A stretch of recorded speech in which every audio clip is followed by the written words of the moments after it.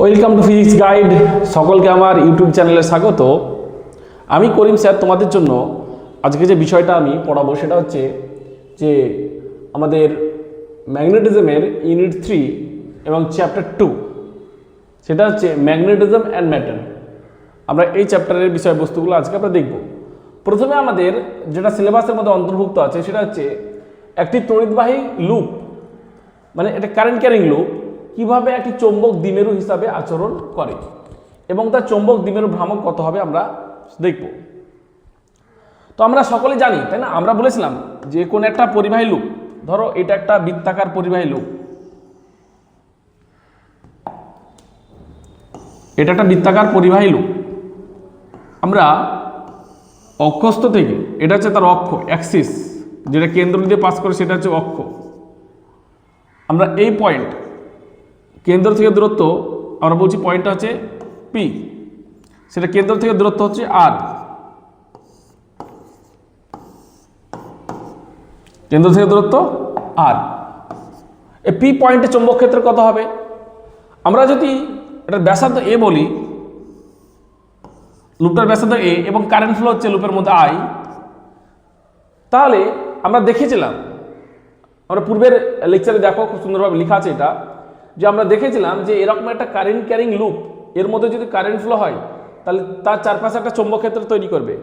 এবং আমরা কোথায় বের করেছিলাম যে ওই লুপের অক্ষ দিয়ে যে লাইনটা পাস করছে, মানে অক্ষের উপরস্থ কোনো বিন্দু, সে অক্ষের উপরস্থ কোনো বিন্দুর চৌম্বক ক্ষেত্রের মান আমরা বলেছিলাম কার জন্য, যে B equal to μ0/4π into 2m by R Q. কখন ছিল এটা? যখন আমরা শর্ত বলেছিলাম, শর্তটা হচ্ছে যে আর মাছ গ্রেটার দেন এ, আর মাছ গ্রেটার দেন এ। এই কন্ডিশনের ক্ষেত্রে আমরা B equal to μ0/4π into 2m by R Q. যারা ভিডিওটা দেখোনি তারা দেখে নাও, যে বৃত্তাকার পরিবাহের জন্য সৃষ্ট চৌম্বক ক্ষেত্রের মান আমরা ক্যালকুলেট করেছিলাম, সেক্ষেত্রে ওখানে পুরো ডিটেলস আমরা আলোচনা করেছি। জাস্ট আমরা আজকে এই বিষয়টা নিয়ে একটু আলোচনা করব, ঠিক আছে? আমরা কোনো ডেরিভেশনে যাচ্ছি না এই বিষয় নিয়ে। যেখানে কি, যেখানে অবভিয়াসলি আমরা জানি, যেখানে আমাদের এমটা কি, এম ইকুয়ালস টু আমরা লিখবো আই, লুপের কারেন্ট ইন্টু লুপের এরিয়া, লুপের কারেন্ট ইন্টু লুপের এরিয়া। সেটা লুপের কারেন্ট কত, আই, এরিয়া কত, আমরা লিখবো বৃত্তের ক্ষেত্রফল কত, পাই এ স্কোয়ার, ঠিক আছে? একটি পাকের জন্য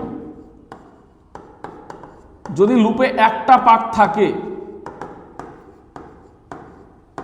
ঠিক আছে, তাহলে আমরা যদি এন সংখ্যক পাকের জন্য কত লিখবো, যদি লুপে এন সংখ্যক পাক থাকে তাহলে আমরা লিখবো এম সমান সমান আমরা লিখবো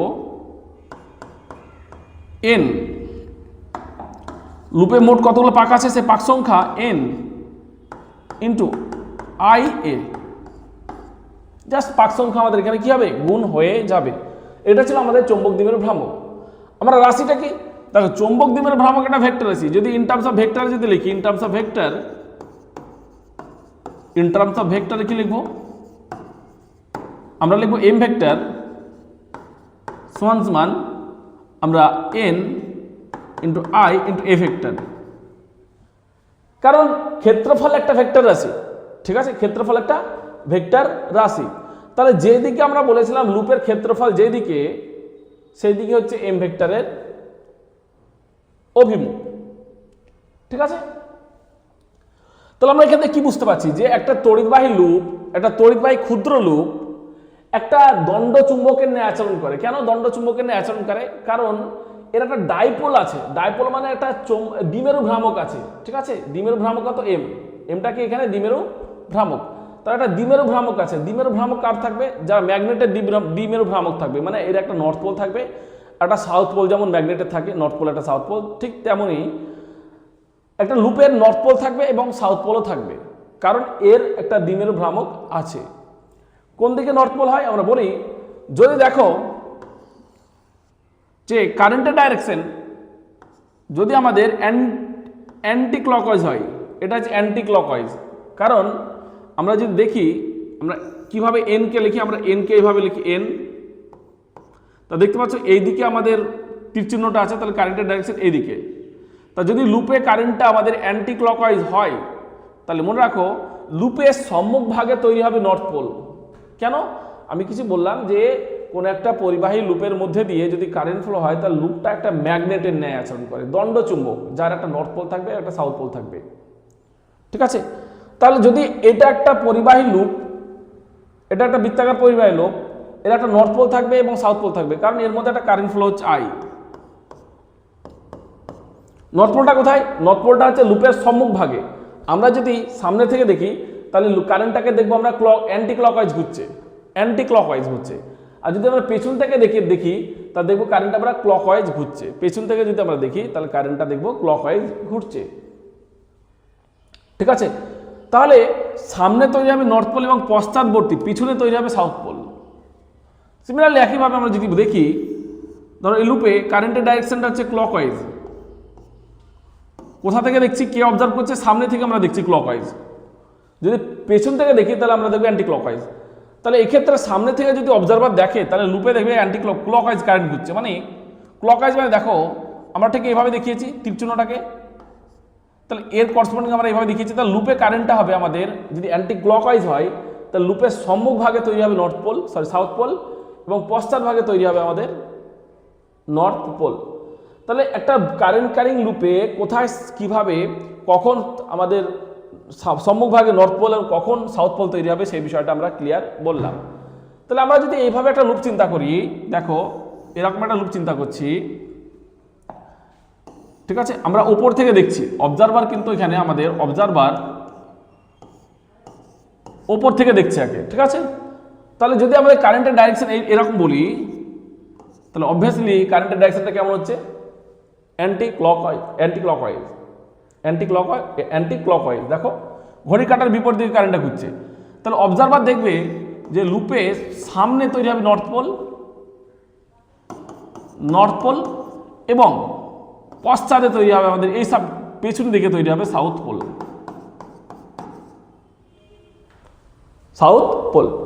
এবং লুপের ক্ষেত্রফল ভেক্টর যদি আমরা বলি, ক্ষেত্রফল ভেক্টর এইদিকে, তাহলে অবভিয়াসলি ক্ষেত্রফল ভেক্টর যেদিকে সেই দিকে হয়ে যায় আমাদের এম ভেক্টর। তাহলে এটা হচ্ছে আমাদের এম ভেক্টর।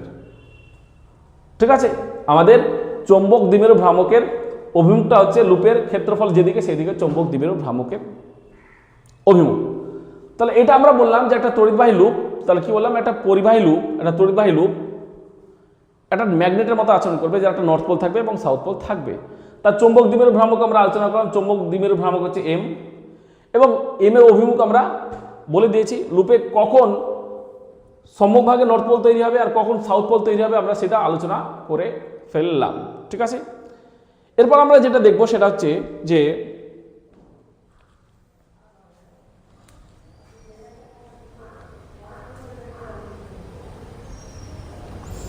একটি আয়তকণার বৃত্তাকার পথে ঘূর্ণনের ফলে আমরা পরবর্তী যেটা দেখব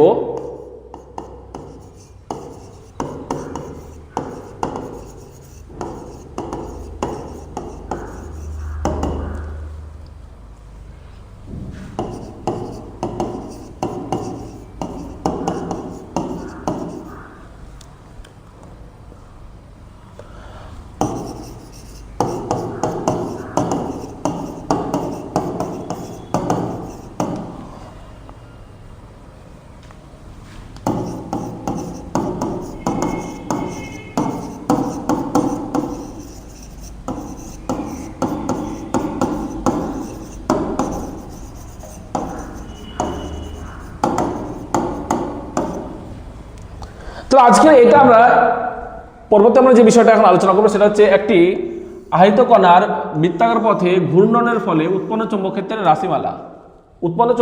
রাশিমালা।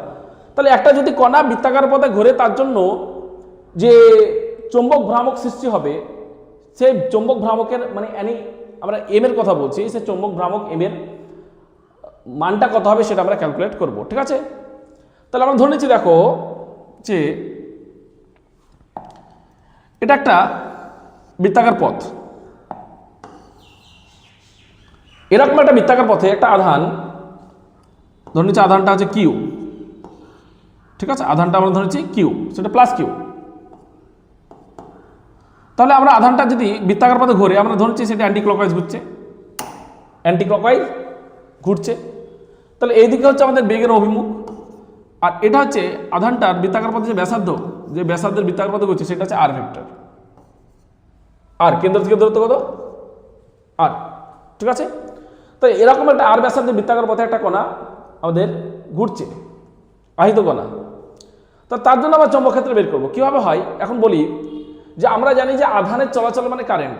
কোন একটা জায়গায় যেটা আধান চলে সেটা বৃত্তাকার পথ হতে পারে, বা সেটা আমাদের সরলরৈখিক পথ হতে পারে, বা বৃত্তাকার পথে হতে পারে। তাহলে আধান চলাচল মানে আমরা জানবো আধান চলাচল মানে হচ্ছে কারেন্ট, তার করসপন্ডিং একটা কারেন্ট পেয়ে যাব। ঠিক আছে, এখন দেখো যদি একটা কণা বৃত্তাকার পথে ঘোরে তার জন্য এই বৃত্তাকার পথের সঙ্গে জড়িত আমাদের তড়িৎ প্রবাহ কত আমরা সেটা প্রথমে ক্যালকুলেট করব। তাহলে বৃত্তাকার পথের সঙ্গে জড়িত চুম্বক, তাহলে বৃত্তাকার পথে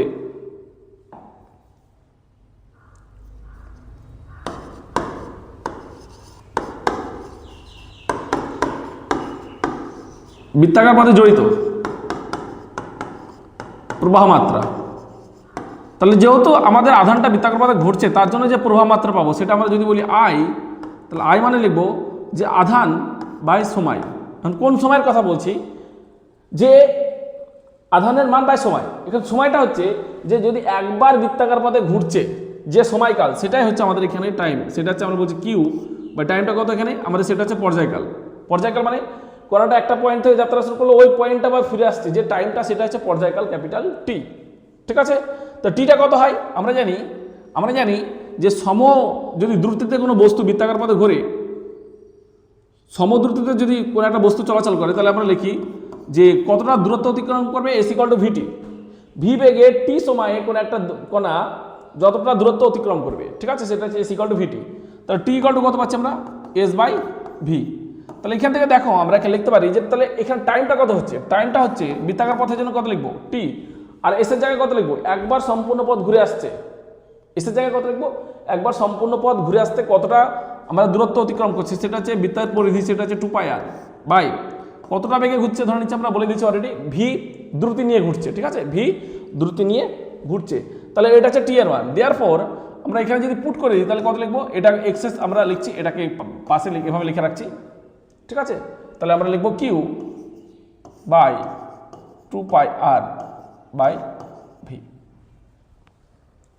ঠিক আছে, তো একবারে আমরা করে দিই, একবারে কত পাবি আমরা ডিরেক্ট লিখে দিই, সেটা হচ্ছে কিউ ভি বাই 2πr। এটা হচ্ছে আমাদের কারেন্ট। কখন? যদি একটা কণা বৃত্তাকার পথে ঘুরে তাহলে এই কণার ঘূর্ণনের জন্য যে করসপন্ডিং কারেন্টটা পাবো বৃত্তাকার পথে সেটা হচ্ছে এই ভ্যালু। এবার দেখো আমরা বলেছিলাম যে কোনো বৃত্তাকার পথে যদি কারেন্ট ফ্লো হয় তাহলে ওই বৃত্তাকার লুপটা একটা ম্যাগনেটের ন্যায় আচরণ করবে। বৃত্তাকার লুপটা একটা ম্যাগনেটের ন্যায় আচরণ করবে। সে তার ম্যাগনেটিক ডাইপোল মোমেন্ট কত হয়? তাহলে ম্যাগনেটিক ডাইপোল মোমেন্ট আমরা লিখবো যে চৌম্বক দ্বিমেরু ভ্রামক, অতএব চৌম্বক দ্বিমেরু ভ্রামক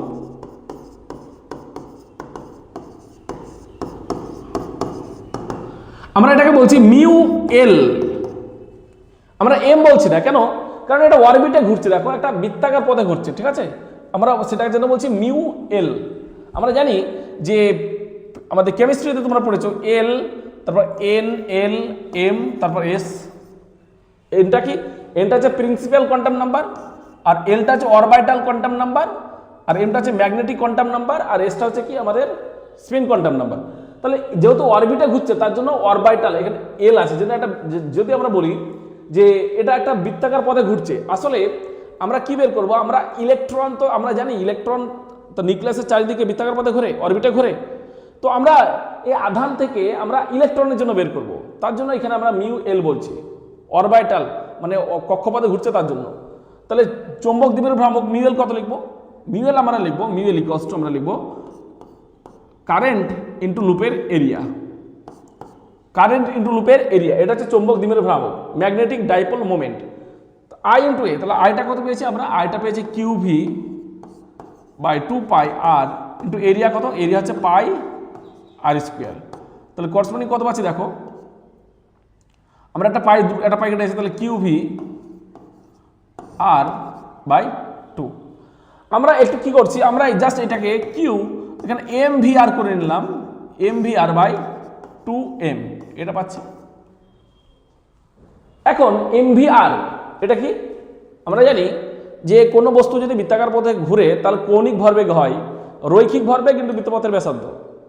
আমরা কি বললাম, কোনো বস্তু যদি বৃত্তাকার পথে ঘোরে তাহলে তার কৌণিক ভরবেগ কত হয়? কৌণিক ভরবেগ হয় আমাদের রৈখিক ভরবেগ mv ইন্টু বৃত্তপথের ব্যাসার্ধ। তাহলে আসলে এটা কাকে বোঝাচ্ছে? এটা বোঝাচ্ছে যে আমরা কৌণিক ভরবেগ এল, এলটা কি আর পাশে লিখে রাখি এল ইকুয়ালস টু হচ্ছে mvr ইকুয়ালস টু কৌণিক ভরবেগ কার? ওই যে আধানটা বৃত্তাকার পথে ঘুরছে সেই কণাটার কৌণিক ভরবেগ হচ্ছে এল ইকুয়াল টু mvr, রৈখিক ভরবেগ mv ইন্টু বৃত্তপথের ব্যাসার্ধ। তাহলে এটা হচ্ছে আমাদের যে বৃত্তাকার পথে যদি কোনো বস্তু বৃত্তাকার পথে যদি কোনো কণা ঘোরে তার জন্য সৃষ্ট চৌম্বক দ্বিমেরু ভ্রামক Q into L by 2m। আমরা ইন টার্মস অফ যদি ভেক্টরে লিখি, দেখো তা ভেক্টরে কত লিখবো? তাহলে আমরা লিখতে পারি এটাকে in terms of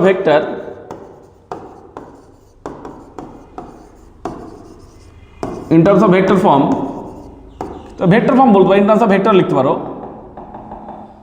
কত লিখবো আমরা? তাহলে মিউএল চৌম্বক দ্বিমেরু ভ্রামক একটা ভেক্টর রাশি, তার জন্য ভেক্টর চিহ্ন দিলাম।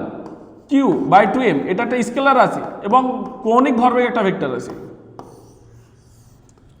তাহলে একটা বস্তু যদি বৃত্তাকার পথে ঘোরে তার কৌণিক ভরবেগ যেই দিকে, ঠিক আছে, একটা পজিটিভ আধানের ক্ষেত্রে বলছি, আধানটা যদি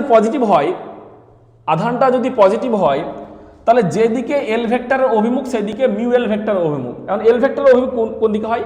আমরা জানি যে কোনো বস্তু যদি বৃত্তাকার পথে ঘোরে তাহলে কৌণিক ভরবেগ সবসময় আমাদের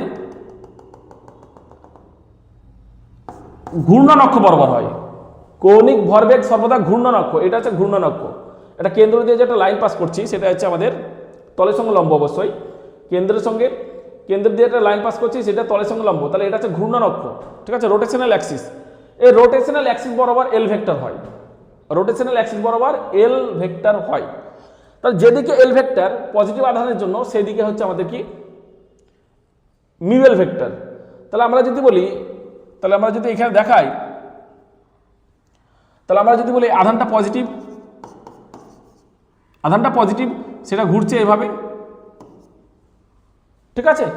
তাহলে আমাদের এল ভেক্টর কোন দিকে পাবো? আমাদের এল ভেক্টর অবভিয়াসলি যেদিকে এল ভেক্টর যদি আমরা বলি এইদিকে, তাহলে মিউএল ভেক্টরও আমাদের এদিকে হবে।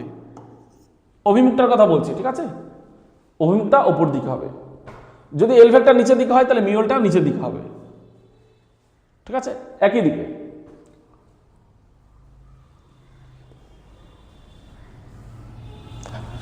আমরা লিখবো যে ইলেকট্রনের ঘূর্ণনের জন্য কত লিখতে পারি? নোটস বলছি এটাকে। তাহলে ইলেকট্রনের ঘূর্ণনের জন্য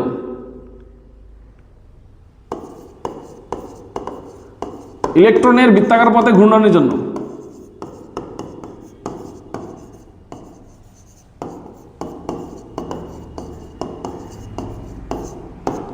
কি লিখবো? দেখো তাহলে আমরা mu L vector equal to minus electron আধান মান কত? মাইনাস নেগেটিভ, তার জন্য minus Q by 2m into L vector. এক্ষেত্রে কি ইলেকট্রনের জন্য কি? ইলেকট্রনের জন্য আমরা বলবো যদি আমাদের ইলেকট্রনের জন্য কত বলবো, তো ইলেকট্রনের জন্য এদিকে যদি আমরা এল ভেক্টর এদিকে আছে তাহলে মিউএলটা অবভিয়াসলি নিচের দিকে, ঠিক আছে, মিউএলটা অবভিয়াসলি নিচের দিকে যদি ইলেকট্রনটা কি হয় নেগেটিভ, আধানটা যদি নেগেটিভ হয় এভাবে যদি আমরা ঘুরে,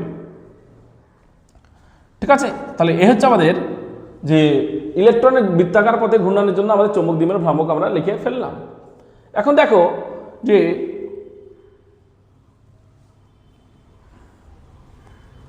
যে বোরের তত্ত্ব থেকে আমরা কি জানি? বোরের দ্বিতীয় স্বীকার্য অনুযায়ী লেখা যায় কি? তোমরা সবাই জানো এটা বোরের দ্বিতীয় স্বীকার্য কি বলা হচ্ছে, কোনো বস্তু যদি n-তম কক্ষপথে কোনো একটা ইলেকট্রন নিউক্লিয়াসের চারিদিকে একটা নিউক্লিয়াস, এটা হচ্ছে n-তম কক্ষপথ, n-তম কক্ষপথে একটা ইলেকট্রন রোটেট করছে, ঠিক আছে, একটা ইলেকট্রন ঘুরছে, তাহলে তার কৌণিক ভরবেগ কত হয়? কৌণিক ভরবেগ আমরা লিখবো mvr equal to n into h/2π। এইচটা কি? এইচটা হচ্ছে প্ল্যাঙ্ক কনস্ট্যান্ট। আমরা এটা জানি যে nতম কক্ষপথে ইলেকট্রনের কৌণিক ভরবেগ হয় mvr = n × h/2π। আর mvr মানে কত? সেটা হচ্ছে l, কৌণিক ভরবেগ n × h/2π। এইচটা কি? এইচটা হচ্ছে Planck constant. Planck constant, Max Planck এর নাম অনুসারে এটা নামকরণ করা হয়েছে। তাহলে আমরা কত লিখব? তাহলে মিউ এল আমরা লিখব -q/2m। তো ইলেকট্রনের মাইনাস, এখানে আমরা যদি ধরে নিই যে ইলেকট্রনটা আধানটাকে এখানে লিখে রাখো -e, হ্যাঁ, তাহলে আবার ই দিয়ে নিলাম এটাকে। ইলেকট্রনটা আধানটা হচ্ছে -e, তো এখানে তোমরা এটা কারেকশন করে নিও। এটা লিখবো আমরা কত? -e। তাহলে কত পাচ্ছি দেখো? -e/2m ইন্টু এল মানে কত লিখবো? n × h/2π।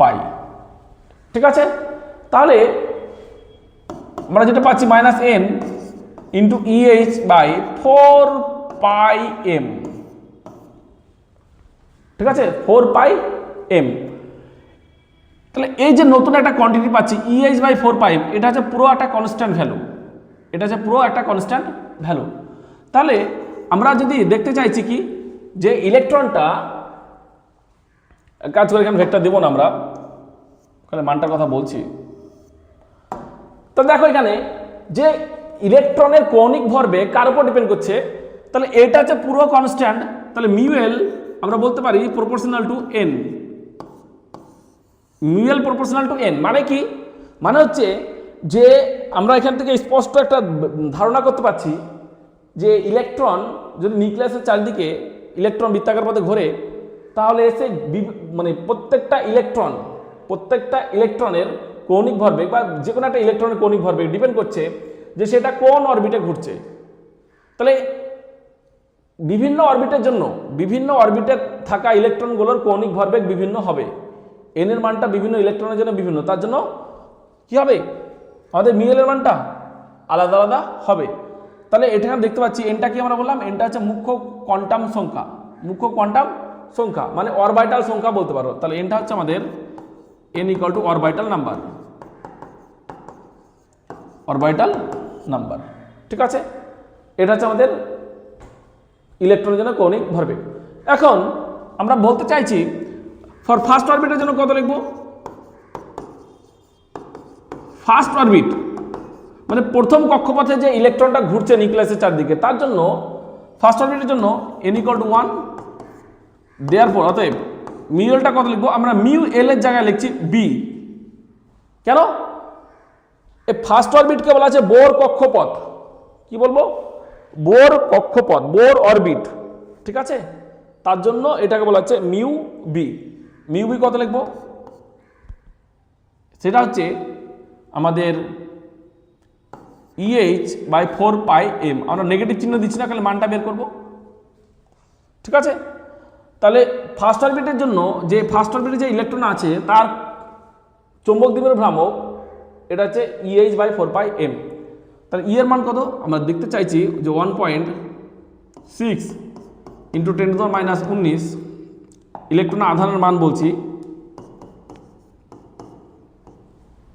ঠিক আছে? প্ল্যাঙ্ক কনস্ট্যান্ট হচ্ছে 6.63 × 10⁻34/4। পায়ের মান হচ্ছে 3.14 ইন্টু ইলেকট্রনের ভর হচ্ছে 9.1 × 10⁻31 কেজি। তাহলে এটা যদি ক্যালকুলেট করি তাহলে আমরা পেয়ে যাব, তোমরা প্রত্যেকে একটু ক্যালকুলেট করে নিও, 9.7 × 10⁻24 অ্যাম্পিয়ার মিটার স্কোয়ার। কেন? কারণ আমরা জানি চৌম্বক দ্বিমেরু ভ্রামকের একক হচ্ছে অ্যাম্পিয়ার মিটার স্কোয়ার। তাহলে এটাকে বলা হচ্ছে বোর ম্যাগনেটন, এই বিকে বলা হচ্ছে বোর ম্যাগনেট্রন। বোর ম্যাগনেট্রন কেন? এটা ইলেকট্রনের ফার্স্ট অরবিটের জন্য চৌম্বক দ্বিমেরু ভ্রামক আমরা এখানে ক্যালকুলেট করেছি। এর জন্য এটা নতুন করে নামকরণ করা, সেটা হচ্ছে বোর ম্যাগনেট্রন। তাহলে 1 বোর ম্যাগনেট্রন মানে কত পেলাম? অতএব 1 বোর ম্যাগনেট্রন ইকুয়ালটা আমরা পেয়েছি 9.27 ইন্টু 10⁻24 অ্যাম্পিয়ার মিটার স্কোয়ার। খুব ইন্টারেস্টিং ব্যাপার। তাহলে আসলে বোর ম্যাগনেট্রন কি? তাহলে বোর ম্যাগনেট্রনটা হচ্ছে যে চৌম্বক দ্বিমেরু ভ্রামক পরিমাপের একক। আমরা জানি যে চৌম্বক দ্বিমেরু ভ্রামকের একক হচ্ছে অ্যাম্পিয়ার মিটার স্কোয়ার, কিন্তু বোর ম্যাগনেট্রন হচ্ছে নতুন একটা একক। কার জন্য? বেসিক্যালি এটা নিউক্লিয়াসের চারিদিকে ঘূর্ণনরত ইলেকট্রনের কৌণিক ভরবেগ মেজার করার জন্য আমরা বোর ম্যাগনেট্রন ইউজ করব। আবার বলি যে বোর আমাদের চৌম্বক দ্বিমেরু ভ্রামকের একক হচ্ছে অ্যাম্পিয়ার মিটার স্কোয়ার, কিন্তু সাধারণত যখন নিউক্লিয়াসের জন্য নিউক্লিয়াসের চারিদিকে যে সমস্ত ইলেকট্রনগুলো ঘুরছে সেক্ষেত্রে আমরা তাদের যদি চৌম্বক দ্বিমেরু ভ্রামক ক্যালকুলেট করতে হয় বা জানতে হয়, তাহলে আমরা তাদের চৌম্বক দ্বিমেরু ভ্রামককে আমরা বোর ম্যাগনেট্রন দিয়ে মেজার করি। তাহলে অবভিয়াসলি আমরা কি জানতে পারলাম যে বোর ম্যাগনেট্রন কিসের একক? এটা নতুন একটা একক। হ্যাঁ, চৌম্বক দ্বিমেরু ভ্রামকের নতুন একটা একক। বোর ম্যাগনেট্রন চৌম্বক দ্বিমেরু ভ্রামকের একক।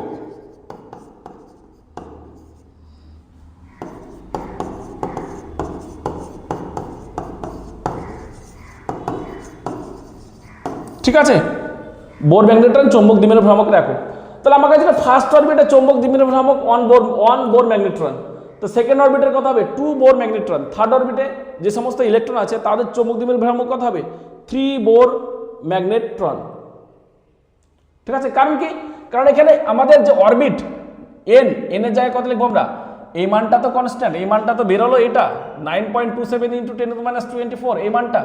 তাহলে এন এর মানটা যদি আমরা গুণ করি n = 1 2 3 4, তাহলে আমরা কি করব? জাস্ট 1 বোর ম্যাগনেট্রন, 2 বোর ম্যাগনেট্রন, 3 বোর ম্যাগনেট্রন এইভাবে আমরা বলবো। ঠিক আছে, আমরা এইভাবে ভ্যালু বলবো না, এইভাবে বলো। দেখো এই সংখ্যাটা কি আমাদের 1 বোর ম্যাগনেট্রন, এটা ইউজ করতে সবচেয়ে ভালো হচ্ছে। হ্যাঁ, আমরা এটা যদি এই কথাটা ভালো লাগছে এর তুলনায় 9.27 ইন্টু 10⁻24, হ্যাঁ এটা একটা ওয়ার্ড নাম্বার। হ্যাঁ, কেমন লাগছে এটা? এই নাম্বারটা মুখে উচ্চারণ করতে কেমন লাগছে? এটা ভালো লাগছে না? বোর ম্যাগনেট্রন, তার জন্য আমরা সেটাকে অ্যাম্পিয়ার মিটার স্কয়ারে না মেজার করে হ্যাঁ আমরা বোর ম্যাগনেট্রনে মেজার করি। এটা আসলে ক্লিয়ার হয়েছে সকলের? ঠিক আছে, তো আমরা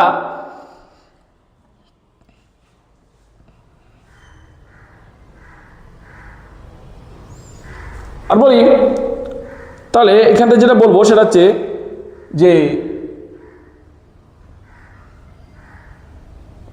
তাহলে মিউ এল, আবার একটা কথা বলে রাখি, মিউ এল আমরা পেলাম কত ইলেকট্রনের জন্য? মিউ এল ইকুয়ালস টু, আমরা যে কোনো নর্মালি বলতে পারি Q/2m into L vector U L. তাহলে মিউ এল বাই এল এর চৌম্বক দ্বিমেরু ভ্রামক এবং কৌণিক ভরবেগ, এই যে অনুপাতটা Q/2m, এটা বলা হচ্ছে জাইরোম্যাগনেটিক রেশিও। জাইরোম্যাগনেটিক রেশিও মনে রাখো, জাইরোম্যাগনেটিক